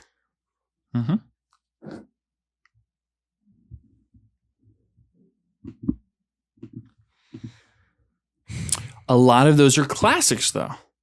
Would you rate those over Nolan's Is Nolan films? doing that today, though? That's what we're talking about. It's definitely a question we really can't answer until probably 20, 30 years from now. Yeah. But his highs are really freaking high. Steven Spielberg's highs are really freaking high too. But we look at a lot of those movies as classics in film history. But we're also looking at Inception and Interstellar and Oppenheimer as like 10 out of 10 films, like incredible, like we're looking at them on the same level as we do things like Jurassic Park and Indiana Jones, and you know what I'm saying? Like, All right, I got it. We're rating them all on the same. I got it. Nolan. It's Nolan because most of his projects, other than the Dark Knight trilogy and Interstellar, are original ideas. A lot of Spielberg is adaptations. Jaws is an adaptation. Jurassic Park's an adaptation. Catch Me If You Can is a true story. Hook, Adventures of Tintin already was established. The Goonies, not an adaptation, but so I don't know why I brought it up. But they are classics, but Nolan is consistently delivering original ideas. Well, the Odyssey and Oppenheimer won't count, but his highs on his highest movies. I don't know. If you were to ask me, The Last Crusade I have in my top 10 of all time. And I also have Inception, but it's over Inception. So if you were to ask me, it'd probably be Spielberg, but I think Nolan will, at the end of the day, come out ahead when his career is over. I think Spielberg is the greatest and most iconic filmmaker of all time. I think Nolan is probably a better filmmaker from a idea, writing, execution standpoint. Yeah, I agree. But I don't know if we will ever really touch Spielberg's run of delivering classic films that are going in an archive for film history that we will remember forever. We could forget some of Nolan's films. Yeah. Some I don't think we will. Well, I don't. But we could forget some of them. Has he done anything to the level of that will be as iconic as Jaws or Jurassic Park? It will depend on if we carry it through. If we carry through, do we still talk about Interstellar for 10, 20 years? Do we still talk about Inception for 10, 20 years? I don't know. Interstellar's 10 years old. It's still a lot of people's favorite movie of all time. True, you're right. You're absolutely right. So the further we get removed from these movies will tell us. But, we've been talking about Spielberg for... this is what people are going to say. Spielberg's not selling out a theater a year in advance. I don't know, though. No. I'm just saying, like, Spielberg's getting people in the theater. I don't know if he's selling out. You're right. Yeah, I'm trying to think of his last movie that he did. What was the last one he did? Oh, The Fabelmans. Wasn't selling out theaters. But, he still delivers good movies. By the end of Nolan's career, we'll see. Yeah. But it is tricky because Nolan is delivering culturally defining films. Like Oppenheimer was an event of the century, or decade. Maybe it was just a decade. So yeah. Those are my director. Good question. This or that, I guess. I love that. Those are great. Those are very thoughtful. You did very well with those. I'm glad you rolled with it. That was cool. Yeah. I tried to pick ones that were just at least interesting enough to. I didn't want to give you M. Night Shyamalan or Steven Spielberg. Sure.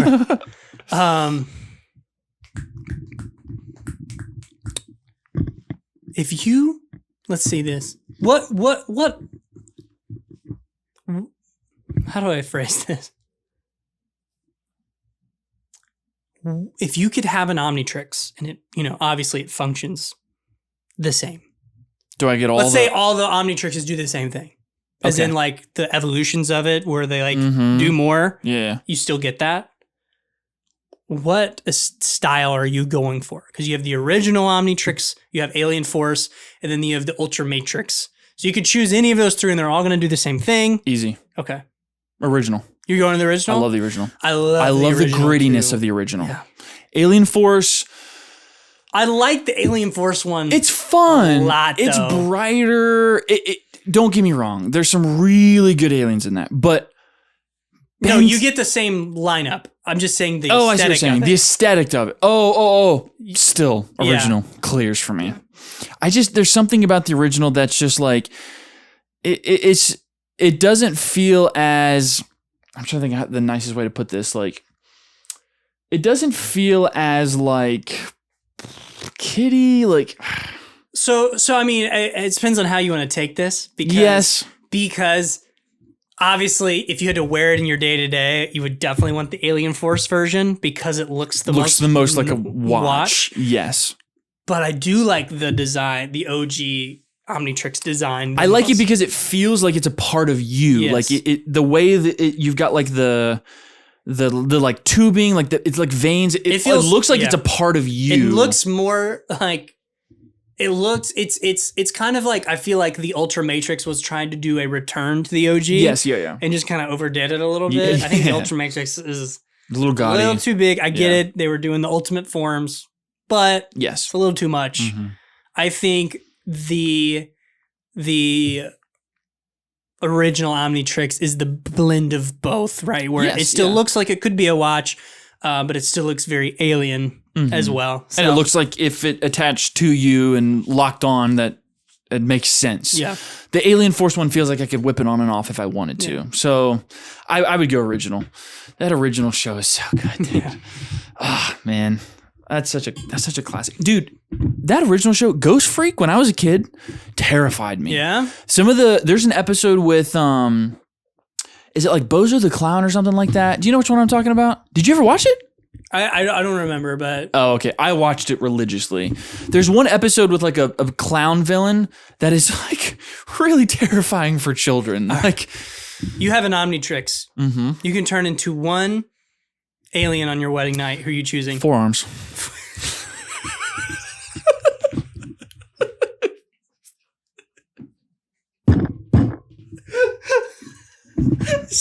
So fast. Easy. So fast. I haven't thought about this before.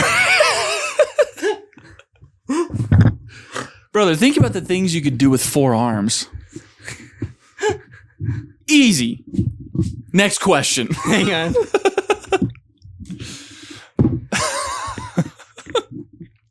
You definitely don't want to be Accelerate. Because you'd be way too fast. Yeah, Here's that's true. This isn't the OG. It's Alien Force, but Oh, I thought you were about to say gray matter. Humongosaur. I mean, it's in the name. It's in the name. Plus, you get some of the tail. I don't know if you want to do anything with the tail, but you have tail options. Holy crap. There's options with tails. Okay. We're not going to show it, but there's probably some fan you could pay for somewhere somewhere to give you some ideas. Some context. Oh my gosh. Humongosaur. That's a crazy pull. Oh my gosh. Alrighty. That's great. Yeah, I'm taking 4 arms all day, baby. All right.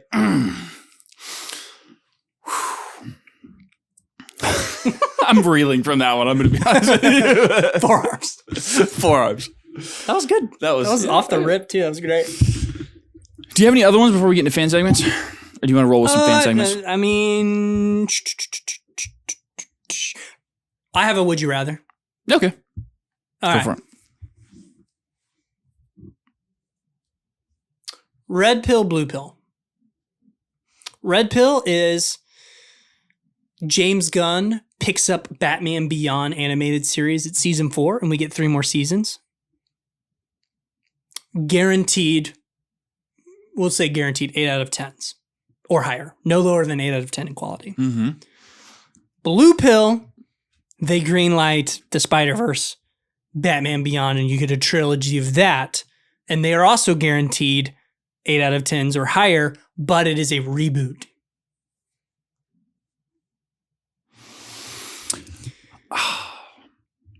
I love the Batman Beyond series, but I think I'm taking blue pill. Okay. Do you want to explain why? I would just really love to see Are we getting like similar writers in like Spider-Verse? Like, are we getting just, or is it just 8 out of 10s is no lower than 8 out of 10s. They could be higher, but they're not going to be lower than 8 out of 10. I mean, if I get 3 8 out of 10 Batman Beyond films in this Spider-Verse animation style, I'm happy. I mean, I think if we're going to get characters in like from the series in that style, we're going to get something, it's going to feel fresh, but it's also going to give us some of that, what we love. Like, I really want to see that animation style in that futuristic setting. So I would be more excited to probably just see what they would do in that sandbox than just to get an iteration of, or a continuation. Yeah. Because I love what we already have. It would be so cool to see us do more and it be done really well. But I'm really happy with what we have. So I would be excited to see them do something fresh with this fresh animation style, essentially. Like, I'm satisfied with what we have, essentially. So that's why I wouldn't say I would necessarily feel like I need a continuation. You do get a Batman Beyond conclusion in Justice League Unlimited. Yeah. And the comic is still going. So I mean, obviously you have things to draw on. So it's not like it's out there and done. I was going to say I probably would lean towards the films as well. So Blue Pill, because Kevin Conroy's Batman. Mm-hmm. So you'd have to either kill Bruce in the, start the 4th season with no Bruce. I would not want them to recast. Yeah.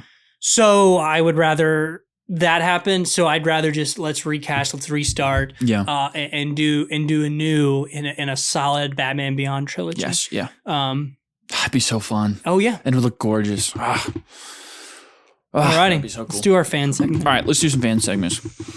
We've been putting up polls, getting questions, topics. Are they our fans? I don't know if I would call them our that, buddies. Our buddies, yes, our friends. We got some cool ones. So we'll just go back and forth. I'll start us off, though. Okay. Oh, what I did not write down was who gave it to us. Do you have that on yours end? Yeah, I can find it. I'll say it, and then you let me know who, because I want to give a little shout out for who did. Okay. Because I want to make sure we give them credit. The first one that I was going to bring up is they asked top 5 comic character castings. Yes, that was the Lettuce Review Cinema. That's right, yeah. I've seen them commenting and things like that, yeah. So I've got 5, you got 5. Yes. Hit me with your 5. Top 5 comic book movie character castings. Number 1, I've said it here. It is my opinion that David Cornsweat's Superman is one of the all-time greatest comic book adaptations to screen. So that is my number 1. My number 2 is going to be J.K. Simmons, J. Jonah Jameson. I mean, iconic. You don't get recast over the course of 3 different or a bunch of different iterations of a character. You're doing something right.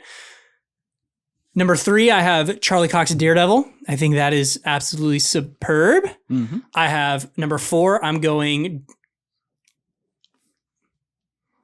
I don't remember, John Bernthal's Punisher. Yeah. And number 5, I'm going Andrew Garfield Spider-Man. Those are my top 5 favorite comic book movie character cast. Is that in order? That is in order. Andrew at 5 is kind of crazy for me. I mean, obviously, he's not the perfect Peter Parker, but he is my favorite Spider-Man. True. Yeah. And I think what he did with Peter Parker isn't incorrect, but it isn't perfect. Yeah. But Spider-Man's perfect. So he doesn't complete it, but he is my favorite. Yeah. All right. Here's my top 5 comic character castings. Number 1, Hugh Jackman as Wolverine. We don't see any other actor playing Wolverine. When we've tried to do these fan castings, we see like, maybe we could see this. Maybe we could see Henry Cavill. I think it could work. But Hugh Jackman embodies Wolverine. We know that. Number 2, Ryan Reynolds as Deadpool. Who else better to play Deadpool than Ryan Reynolds? That's a lock for the character. He was made to play the character. He is the perfect casting. I cannot see anyone else playing Ryan Reynolds or playing Deadpool other than Ryan Reynolds. Number 3 is Robert Downey Jr.'s Iron Man. Is there a world where we see it? Yes. But Robert Downey Jr.'s charisma just plays into the Iron Man role so perfectly. We've all said that it's one of the best comic book character castings of all time.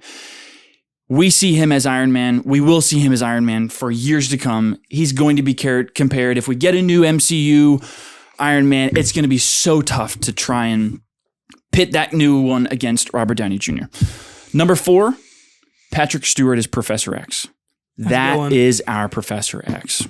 From the beginning, he is just the perfect blend of stoicism and kindness when he's talking to the kids and he's talking to the other X-Men. Like, he's just a beautiful casting for Professor X. Number 5 might be a little controversial. I kind of feel this way. I don't know. I think I'm kind of alone on this island. Chris Evans is Captain America. Sure. I think he just embodies it so perfectly. And here's my case for why it's hard to see someone else playing it. Because when we tried to do that with John Walker, it just doesn't feel the same. It's I don't not like that analogy. So it's not that he's trying to be Chris Evans or trying to be Captain America. He's a different character. They're doing that on purpose, though. Yes, but what I'm saying is when John Walker plays Captain America, just in let's say just the first few episodes, you just start to really feel, for me, that Chris Evans really does embody Captain America. It is meant to be a different arc, and it goes that direction. But just seeing another person trying to play the role in that first couple episodes of Falcon and Winter Soldier, it just kind of showed me a comparison that we hadn't had yet for me to go, yeah, Chris Evans was born to play Captain America, and he embodies it. And any other person we put in that role is going to have a tough order, big shoes to fill to be Chris Evans as Captain America. You mean Steve Rogers? Steve Rogers, okay. yeah. Mm-hmm. Yeah, absolutely. As Steve Rogers, yeah, that's a good point. I just think Chris Evans really. I agree. He nailed it. I've heard other people say he's not the perfect casting, but I think he is. Well, I'm going to give you this. The acting there is superb because it is very different. It's not like RDJ's Iron Man, where Iron Man is RDJ. Yes. Mm-hmm. Steve Rogers is not Chris Evans. Yes. Mm-hmm. You know what I mean? Yeah, Chris Evans absolutely. is very different than how he plays. Oh my gosh. Yeah, Steve Rogers. See it too. So it is very impressive. So I'm going to give you that. Yeah. For sure. I like it. That's my list. Love it. Theory for you. As they've said, possible reboot at the end of Secret Wars. What do you, I do struggle. I think you could do another Iron Man because they just made Iron Man basically like Robert Downey Jr. Mm-hmm. So there are iterations of Tony Stark to do in the comics. And I could see doing a different iteration of Tony Stark where he's like more of an alcoholic, more of a hothead. Yes, yeah. As a different actor. Steve Rogers is tough for me. I would think maybe just do old man Steve recasted as an older actor to lead the Avengers team, because that's what happens in comics. So that was my thought there. Maybe not recasting Steve Rogers as Captain America, maybe keeping Sam, but recasting old man Steve to an older actor. Yes. To lead the Avengers team. That could work. Yeah. It may not be the most necessary, because if Sam is just going to be the new Cap, just let him do his thing. Don't reboot it. I don't and give think we need the to shield reboot. back to Steve Rogers. I don't. He's not going to have enough time to shine. Absolutely not, because we don't have another Cap movie coming. No. So he's got that's not fair for him. Yeah. They might do that though. I don't know. Yeah. They may sideline Captain America for a while, focus on the X-Men, and then recast Captain America in 5 to 10 years. True. I wouldn't be surprised if they did that. Yeah. All right. We have 2 questions from our boy Finn. You got the other one. I'm going to do this one. Mm-hmm. He worded this kind of weird. Give us what are your top 5 animated DC movies? Mm-hmm. I would go first. Okay. All right. Honorable mentions: Batman Hush, The Son of Batman with Damian Wayne. That was one of my first big DC animated movies outside of the 5 I'm going to give. Justice League Doom. Have you seen Justice League Doom? Oh my gosh, yeah. And Batman, Mr. Freeze, Sub-Zero. Those are going to be my honorable mentions there. Number 5, Flashpoint Paradox. 5. I think there's some winners up front. But oh my gosh, Flashpoint Paradox is so good. Yeah. Number 4, All-Star Superman. Have you seen All-Star? Mm-hmm. Oh my gosh, All-Star Superman is amazing. Number 3, World's Finest. I'm including it, even though it's a part of the Superman animated series. There is a film cut of it that I am including right now. Number 2, Batman Beyond: Return of the Joker. Batman Beyond. I mean, yeah. I don't want to say it, but I like Batman Beyond more than any of the other Batman cartoons growing up. So, in a way, he is like my Batman. Yeah. Part of that is because I thought Batman could fly. I was really young for a long time. When I found out he couldn't fly, I was so let down. And so then Batman Beyond comes around. I'm like, oh, well, he can fly. He can fly, so I I'm like good. him. I'm number one under the Red Hood. Oh, wow. Yep. I mean, that makes sense for your number one. All right, go. You missed a couple in there. All right. My top 5 DC animated films.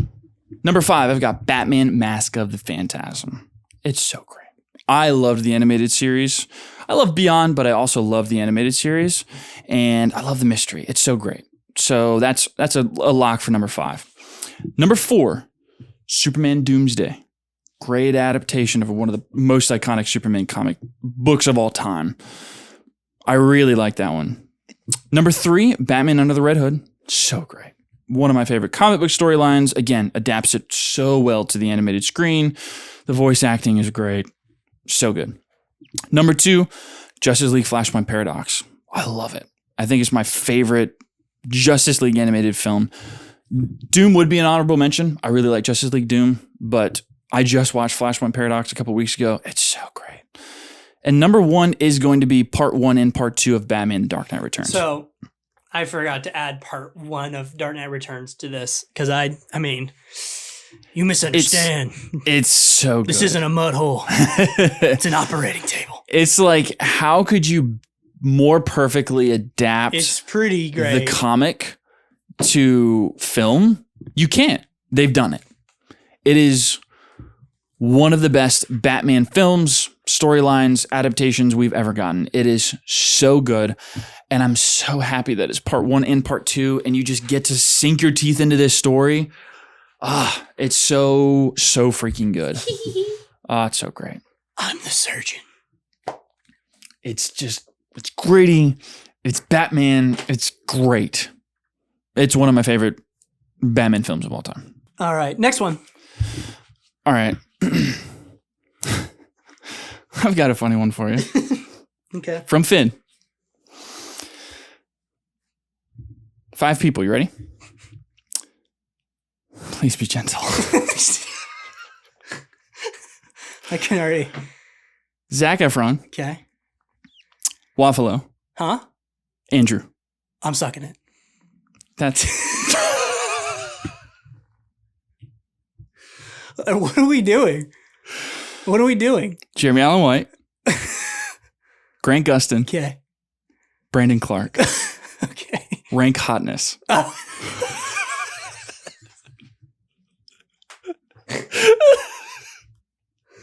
That's a niche. Not a niche. That's an escape pod reference. Not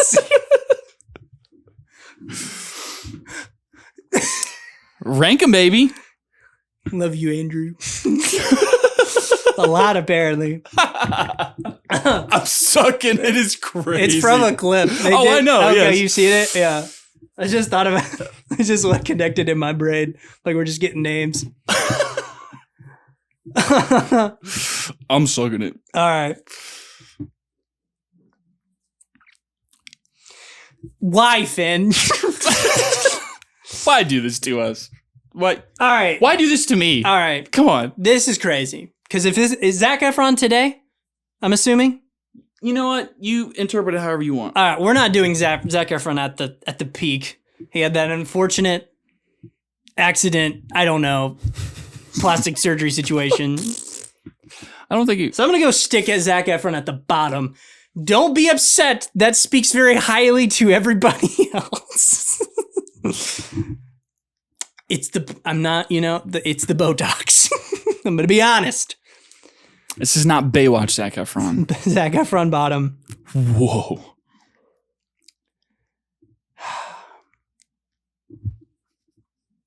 I'm so scared.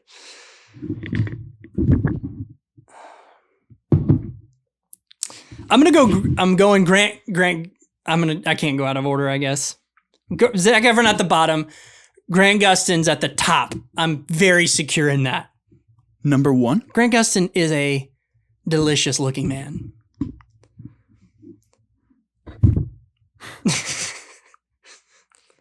I'm already pissed. I'm not thinking about you right now. I'm thinking about somebody. I'm thinking about. I'm already pissed. I'm already pissed. This is where it's tough. This is where it's toughy. Is it this is where it's tough? Mm-hmm. Go ahead. Then why?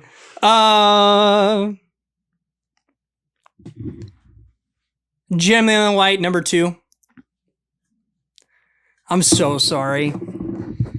I'm going Waffello at number 3, just because the first time I gazed upon the sensation that is Waffello was have you seen the Would You Rather Be Spider-Man clip they did? Yes, I have. And I thought to myself, the first time I saw it, I went, oh my gosh, Andrew Garfield is talking about being Spider-Man again.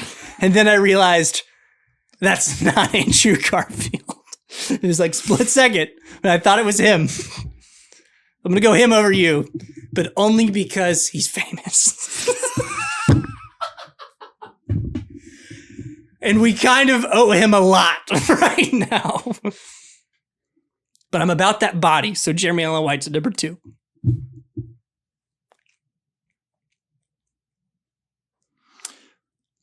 Get as famous as him, and I'll make a different And you'll list. suck it? And I'll make a different list. So I'm at number 4. Directly over Zac Efron. I mean, that's gotta feel nice. I mean, I'll take come it. I'll take it. All right, I'll take it. Now let me put you in this mix. No, it's not. You're not in this list. I didn't self-proclaim I was better looking than Jeremy Allen White. You did. I never said that. Love you, Jer. Love you, Jerry Bear. Loved your scenes in Shameless. Thank you, Finn, for Do you even humbling my do you ego. even want to answer that? Oh, no, I mean, no. I guess that's more directed at me, huh? I mean, I'm going to go. It's hard. That's what I'd be saying when I'm sucking it. Frank you. That is really hard. Grant Gustin is a really good looking guy. I mean, I think, yeah, I guess if we're going Zac Efron now, yeah, he's at 5. I'm going to put, dang it. I'm going to put Grant Gustin at 1. No, okay, let me go this way. Zac Efron's at 5. Jeremy Allen White at 4. I'm going to go Andrew at 3. Me at 2. Grant Gustin at 1. All right. Well, you agree Grant Gustin's number 1, you handsome devil. Man, he's just so good looking. He's too good looking. We have similar body structures and he's better looking than me. All righty.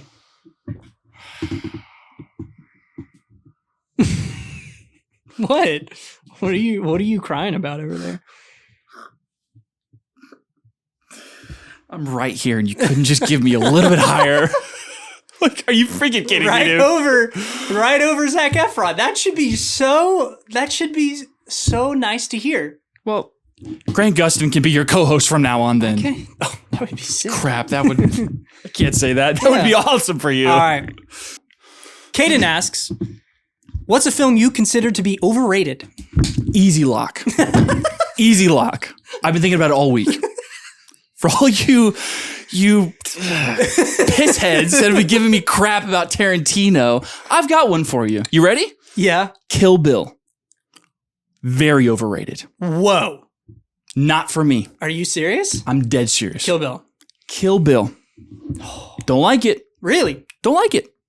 Like super overrated, or like a Brandon amount, like a Brandon amount sized overrated.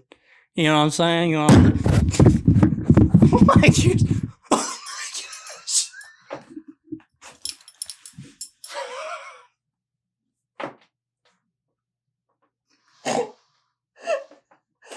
How you like me now?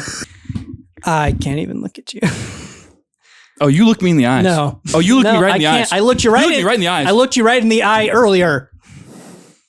Gosh. I would like to say You asked for that, by I would the like way. to say on behalf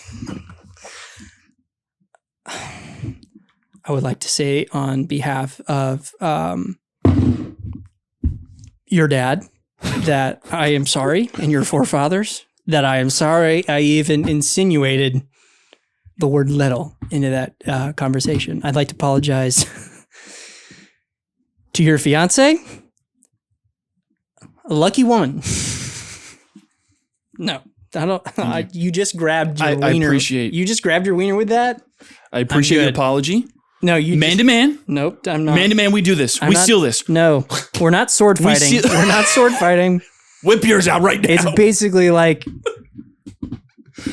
I'm not. It was going to happen I'm sooner not or putting later. my It hand was on going to it. happen sooner or later. It's bound to happen. Just had to happen now.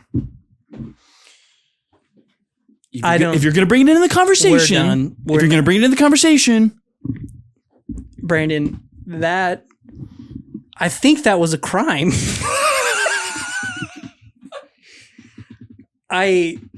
you're an adult. What are you talking about? You asked for it. That holds up in court, sure. Golly. I can't even. Look me in the eye. We're done. I looked you right in the urethra. All right. Why was it Whoa. erect? Nope. Cut that. Did you say? I'm just curious. A wee bit of a chubby. No. That did not happen. We're That did talking not about happen. Othello, and you go stiffy going on. Raking hot guys. Brandon somehow sporting a partial. I can neither confirm nor deny. I'm surprised you were able to even speak to me after all the blood flow it would require to get that thing up. Holy crap. Can we just chill a little bit? I didn't whip it out. You did, bud. Oh, man. We're done. We're done. Great show today.